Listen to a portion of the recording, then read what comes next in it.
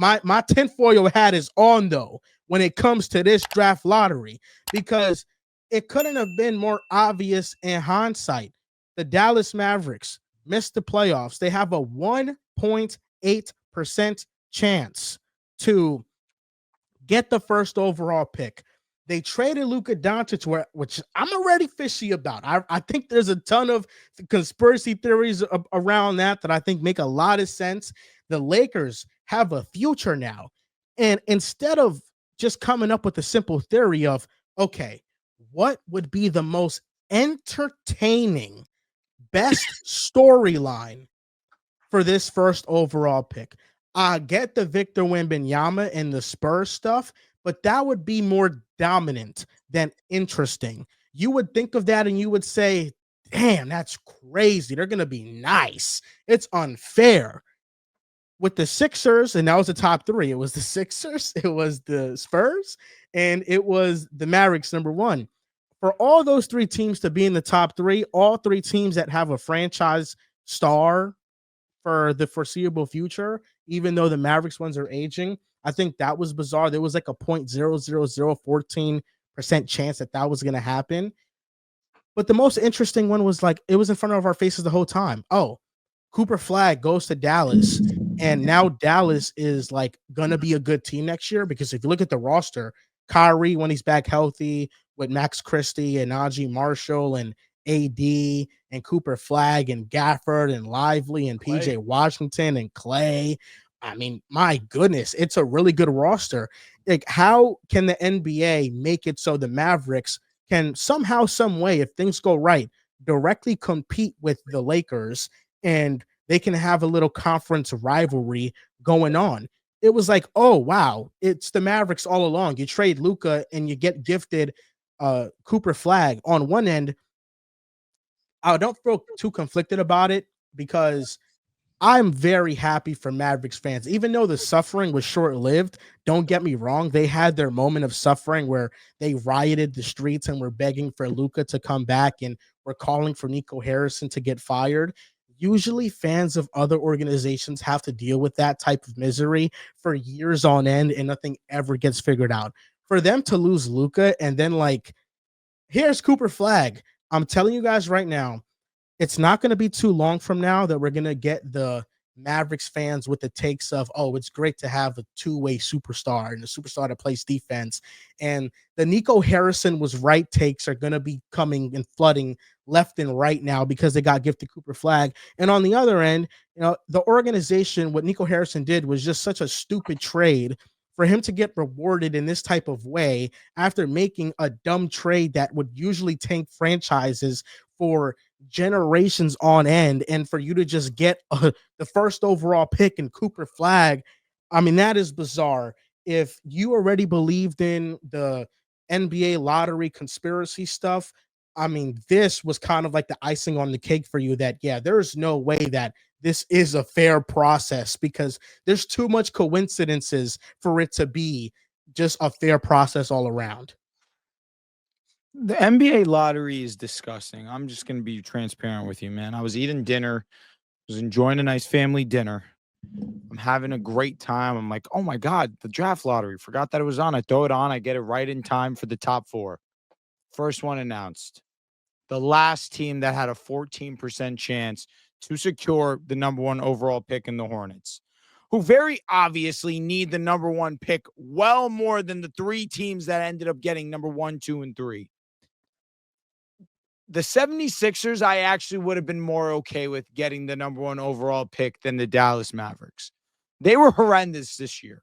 They were injured, but they were horrendous due to their own doings, but also due to the fact that Joel Embiid was not healthy. Paul George got hurt before the season started, and that injury ended up costing him basically his entire year, where he could just never be 100%. And when he was on the court, he was horrendous. And then, of course, you have the number 13th overall pick. Oh my God, I'm blanking on the rookie. Any which way, you Hawks. guys know, on the Sixers, the TikTok. McCain? Oh, McCain. Thank you. Yeah. McCain goes and he gets injured after he has an amazing start to his rookie season. It was a lot that went against them. I would have been okay with that. They get the third pick. Now, the team that I was rooting for ironically in all this, to get the number 1 overall pick was the San Antonio Spurs. Because you guys know I love Wemby, and it would have been awesome to see the two of them together. We just would have watched a potential dynasty in the making. I really wanted that, so I was excited. The one polar bear in this top 4 was the team that ended up getting the number 1 overall pick. Now, everybody has had their theories of the draft lottery being rigged, all the way back to Tim Duncan, LeBron James, Derrick Rose, Anthony Davis when he gets Zion. traded for Zion Williamson. Not too long ago, when the Spurs get the number 1 overall pick, oh, the lineage of big men. Oh, he goes to the Spurs, where the most prolific French player of all time is from, and they have an amazing French fan base. Oh, now Victor Wembanyama is the number 1 overall pick. Don't forget about the Cavaliers now. I talked about LeBron James. They're back-to-back number 1 They had overall three picks. first overall picks. That's a fact. While LeBron's gone, they get 3 number 1s. That's very well said, Joel. This right here, I've had enough. 1.8. Let me give them every percentage, because every percentage counts. Take that. That's a life lesson. 1.8% chance to get the number 1 overall pick. And we allow a generational bailout to occur in front of us. I'm sorry, from here on out, I need to see the ping pong ball taken out of the machine and read to us live. I can't believe this. I can't believe that this was actually the real outcome. I've never seen a person bailed out to making an all-time mistake this quickly, this fast. You didn't give it a season. You didn't give it 2. No. It was a matter of months where you allowed Nico Harrison to look justified. That is why I'm so upset at this. You're 1,000% right, Joel. Mavs fans, I'm genuinely happy for you, because you were cursed by your organization's mistakes. Now you're being rewarded for it. So don't listen to me and think that I'm upset at Mavs fans. No, I'm genuinely happy for you. No, this is insane that the NBA would allow such malpractice to be justified. That's why I'm angry at this. And a 1.8% chance. Are you serious? The draft lottery is such a joke that we have actual teams that genuinely need help, like the Pistons a couple of seasons ago, where you gave them 14% chance odds to get the number 1 overall pick 3 years in a row, and they had pick 5 every single year. The Washington Wizards have been in the mud. Shout out to them, because obviously Alex Sarr was the number 2 pick. They had 3 firsts last year. They were able to capitalize, and even still, they were horrendous. And the Charlotte Hornets, who have failed to get out of poverty for years. The Utah Jazz, who I can't talk badly enough about, they're horrendous. What's their direction? They could have used the first overall pick as well. They've never had it. How we allow a team who just made the play-in have Anthony Davis, Kyrie Irving to get the number 1 overall pick with 1.8%. I really have a hard time sitting with this. Now, before you go, Dels, it's just funny how like mad Drew is about this, because if it was the Spurs, he would have been jumping with joy. Here's the issue, though. The Spurs were bad this year. Like I justified. What were their odds, though? They were about the same. They definitely were better than 1.8. Yeah, I don't, because I mean, the top 4 teams outside of the Hornets, the top 3 teams didn't get in the top 4. So the Jazz, the Wizards all fell out. I think the other team was maybe the Blazers. I don't know. I'm probably wrong on that, but I do know that the Hornets were the only team in the top 4 odds that I'll read you the odds right now. So Utah had 14%. What did San Antonio have? Yep. Charlotte had 14%. The Pelicans were at 12.5. Another team that got royally screwed. The Spurs were at 6%. And a 26.3% chance to have a top 4 pick. Yeah, so 1/4 chance. It was really a coin flip that I think it was the difference between the Mavericks being number 1 and Chicago being number 1. I'm going to bring John up here. Then, John, you'll give your spiel after Dels goes. The Mavericks had a 1.8% chance to get the number 1 overall pick and 8.5% chance to have a top 4 pick. So just them entering the top 4 was a literal miracle of God, let alone getting number 1. my heart dropped when Washington was announced with number 6. I just couldn't believe it. But let's say the NBA draft lottery is rigged, right? Which I think there's a lot of evidence that maybe can point to that stuff. They do have a state commission person like come in and regulate this stuff, but everybody can be paid off. I mean, the NBA is $1 billion league; like they could do whatever they want. So I am actually, if it is something they do behind closed doors, and obviously it would never get out because it would just ruin the image of the league. I am actually not opposed to the garbage teams not getting the first overall pick. And I understand that the rebuttal to that is, oh, how are they going to get better? The Wizards, the Hornets, the Jazz. But in the same breath, if you're the NBA, you know what organizations are good, you know what organizations are bad. And unfortunately, in the East, there's a lot more bad organizations than in the West. And we saw it with the Wizards. They drafted John Wall, first overall pick, and really most of his career there for the first couple of years was just kind of wasted. Like we do see moments where first overall pick talents go to organizations that they just waste their careers. Like maybe Zion deserves more blame in the whole Pelicans debacle, but have the Pelicans been all the way transparent with the way they've handled his situation? I think that for the NBA to say, you know what, we're going to step in and make sure, like, we're going to make sure a talent that is as good of a talent as Cooper Flagg and other first overall picks go to a place where we think they'll succeed. Nico Harrison's one bad move, and it was demonstrably bad, was trading Luka. But I mean, like before that, his track record was pretty good. Like he made trades to make sure they made the finals. This is my problem. Why are we giving him any type of flower? I mean, but no, I mean it's fair though. I mean, the Luka trade was bad, but you can't ignore all the good trades he made before that. Yes, Son and Quentin Grimes, Son and Najee Marshall. His amazing resume. He took it and lit it on fire. But that's what I'm saying is he had great moments as a GM, and whatever you could say about the Mavericks, they're pretty much a well-run organization and have been for a long time. So like I'm not opposed to the NBA stepping in and being like, you know what, we're gonna make sure Cooper Flagg doesn't go to the fucking Hornets because he's gonna waste his career there. LeBron went to the Cavs. He did. The Cavs were good in the 90s. He's hometown. He went to the Cavaliers. Hometown. He went to Cleveland. The Cavs were good though in the 90s. Cleveland. He went to Cleveland. But he was a hometown kid. Winners. He was a hometown kid. Not a city of winners. It's actually like it's one of the most famous cities for actually how much they lose. Yeah, but there's a storyline there. He's from Akron, Ohio. He's from Cleveland. That made sense. Like, Cooper Flagg doesn't have any ties to the Hornets. He doesn't have any ties to the Wizards or anything like that. He does. He's a Celtics fan, and I read online that in an interview, Cooper Flagg said he's a big fan of the Spurs. So I was thinking about putting the Spurs in my final team, but I pretty much removed all West teams. So I was like totally wrong anyway. But like the fact that it came down to the Spurs and the Mavericks, I mean, those are two organizations that regardless of where Cooper Flagg went to, like he was going to make an immediate impact, a good organization. And I mean, now the Mavericks healthy next year, when Kyrie comes back, they can legitimately compete. Like they're going to be really fucking good. Yeah, Cooper Flagg is going to be such an impact rookie right away.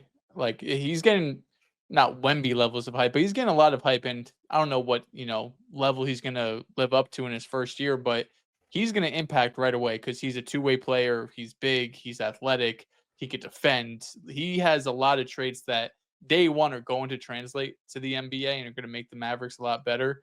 It's at this point so unbelievable, the NBA draft lottery, that it makes you think like, does the NBA think we're that dumb? Like how long can this go on before at some point it's like, it's so unbelievable it becomes like they don't care anymore.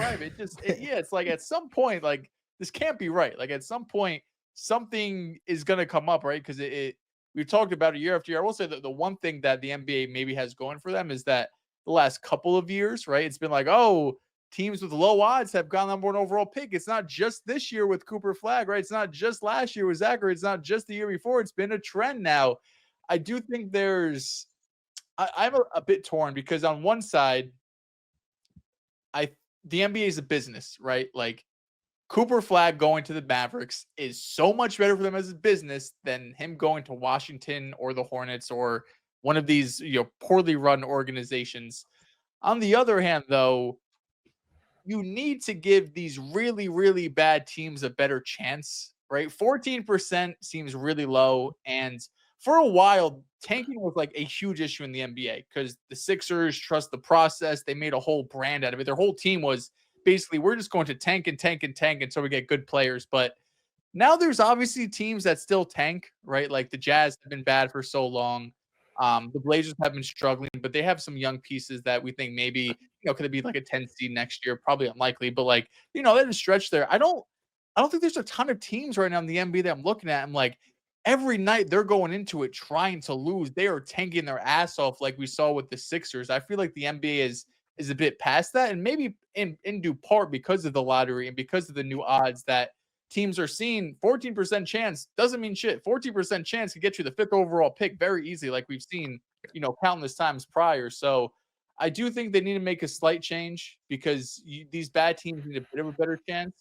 And it feels unfair. Like I think Mavs fans 1,000% deserve it. Mavericks fans, the two sides you face, like go back to the trade, whenever February, whatever, where Luka gets traded that day, where it's like, holy shit, our franchise is done. Like light this team on fire.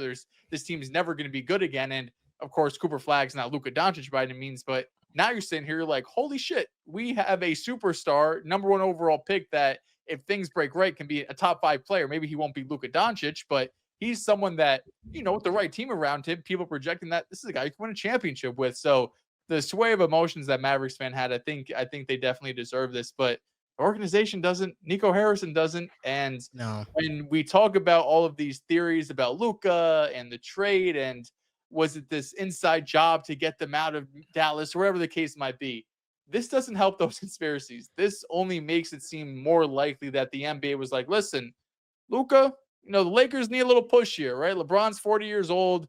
The AD thing isn't really working out now. Like, let's get Luka over there, superstar, LA, sunshine. He's going to be amazing for marketing. And you don't know it now, Dallas, but we're going to give you Cooper Flagg. The only thing I will say is that they couldn't have projected the injuries, right? Like, No, Dallas, they couldn't have. they would have stayed healthy. They make the playoffs, and they're not even a lottery team. So there's no world they would have been able to get the number 1 overall pick. Is it, whenever you're in the lottery next, we'll give you number 1 overall pick? Is that what they told them? But that's the only thing that kind of throws a wrench into it. Because if they're healthy, Dallas is probably a top 6 seed. This is like the Derek Lively tank job, but like on steroids. Like we're injured. Anthony Davis he played in the play-in. Like if the Mavericks beat the Grizzlies, like this doesn't happen. Like they don't get the number 1 overall pick. So things had to happen for this to happen. But I do think that once they did see the Mavericks in the lottery odds, they're like, okay, what makes the most business sense? And my theory is that I don't think the lottery is rigged every year. I think it is only rigged in select years. Like, for example, the year that Anthony Edwards was the 1st overall pick and Minnesota got it, I don't think it was rigged for Minnesota. I think they just kind of went fair process. Same thing with Cade Cunningham and the Pistons. But there are some moments that, like the Pelicans trading AD and then getting Zion, like Derrick Rose, hometown kid, Bulls, LeBron, hometown kid, Akron, Ohio. I think the Cavaliers, LeBron leaves. 3 first-round picks in that era, and the last one being Andrew Wiggins was traded to go get Kevin Love. Like, I think there are moments where they do rig it, but I don't think every year it is rigged. And I mean, the best thing for the NBA possible is like next year, collision course, Mavericks, Lakers, 1st-round playoff series. Like that is like what they're hoping for, because the Mavericks are good enough to make the playoffs when healthy, and the Lakers are going to be good, obviously, with Luka, LeBron, and Reeves and stuff. So like it did make a lot of business sense. Like if we're looking at it that way. What do you got to say, John? I want to say 2 things before I start. First off, prayers up to Jason Tatum. I think that was one of the hardest injuries I've seen in any playoff game. So I want to say that. Secondly, I'm very happy for Dallas's fan base, because when you have a star player ripped from you overnight in the NBA for no rhyme or reason, I don't think any fan base should have to go through that. That being said, tonight, like Drew and Jabal said, that kind of irked me to see teams that have been ethically tanking, good, well-run franchises like the Nets And despite contrary opinion, the Wizards have been a well-run franchise since Will Dawkins has come in. Absolutely. Fall in the draft lottery as teams like the Spurs and the Mavericks climbed up. And it bothers me how the NBA draft lottery in 2019 shifted the odds from 25 to 14% for the teams with the 3 best chances of winning the first overall pick, because the league swung the pendulum too far in a direction that made tanking almost arbitrary if you're trying to get a top 3 pick. I don't see the rationale, and it feels like it's selective. It's like conveniently selective how when you look at it year by year, how the biggest French prospect in NBA history goes to the team with the biggest French mark in 2023, which I love Wemby going to San Antonio. But then this year, with that, who would have thought the team with the 6% chance getting the first overall pick and a 6% chance getting the second overall pick climbs teams like the Nets and the Wizards and get the second overall pick and a prospect in Dylan Harper who would be number 1 in every other draft class, while teams like the Wizards, who have been dying, who have been desperate for a franchise player, fall to number 6. As a team like the Nets, which won basically 20 games, falls the 8th overall pick, and now they have to settle for a B-tier prospect. And the Mavericks, which made one of the most irrational, impulsive, and emotional trades I've ever seen, get gifted the first overall pick with a 1.8% chance of winning the lottery. And it's crazy to me how in 2019 they changed the draft lottery odds. And what do you know? The 2 teams that deal a young 25-year-old star to the Lakers then immediately get the first overall pick, when the Pelicans had a 6% chance of winning in 2019, and no one thought they'd end up getting it. And they won 33 games that year. And then this year, the Mavericks could have made the playoffs. I think there's a rabbit hole where they do, and all of this goes thrown out the window, and their future would have been obliterated by one single move, which offset all the good moves they made the last 4 years. But it hurts the competitive advantage. It disrupts the balance and the parity in the NBA when you're just arbitrarily giving a team which doesn't truly deserve the first overall pick an opportunity to get a generational player. So Yeah. for the draft, I had a tweet at 2. My first was my favorite destinations. I put Flagg at 4 because I love the fit in their front court.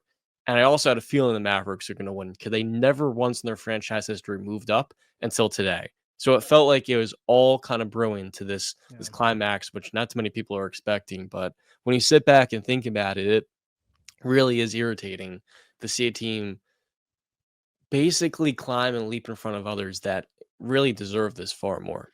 Yeah, sometimes things like that, in hindsight, you're like, "Oh, all the signs pointed to this happening, and it happened. I should have, like, called it."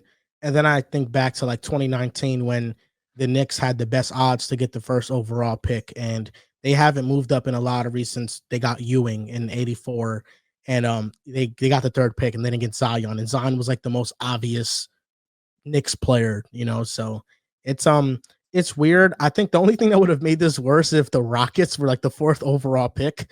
I think they're like, oh yeah, now they're just making the great teams be in the top 4. But it's they're the Mavericks, Spurs, and the Sixers outside of the Rockets are the best teams in the lottery. But the Sixers were ass all year long, and the Spurs were really garbage when Wemby got hurt, and then Fox was kind of playing sporadically. And the Mavericks fell off a cliff when Kyrie got hurt, and then AD got hurt. So they all kind of, had some breaks bounce their way to be in this position. My big brain theory is I think there's going to be a 3-team trade that happens. The Pelicans own the Bucks first round picks. That is important. The Spurs are interested in trading for Giannis. At least that's what I believe. The Bucks, in order to go into a full rebuild, need a plethora of picks and a young player to build around. I think we're going to see a 3-team trade where Giannis goes to the Spurs, the Bucks get their picks back, and potentially get the 2nd overall pick from the Spurs to draft Dylan Harper, and they have the guard of the future. And the Pelicans and all this, probably they get multiple assets and stuff. But I just think there's going to be a 3-team trade with the Spurs, Pelicans, and Bucks, where Giannis goes to the Spurs, Bucks get their picks in their future back so they can rebuild how they want. And then the Pelicans just get maybe they get the 2nd overall pick and they draft Dylan Harper, because that's kind of what they're missing, a guard on their team, and I think it would fulfill their team. So maybe that happens, but that's what I do believe will happen. We're going to see a 3-team trade, and Giannis is going to the Spurs. Most definitely would not be upset, not even a little bit, at Giannis being a Spur. That being said, we know the Mavericks had a 1.8% chance to win the lottery, as I've reiterated time and time again.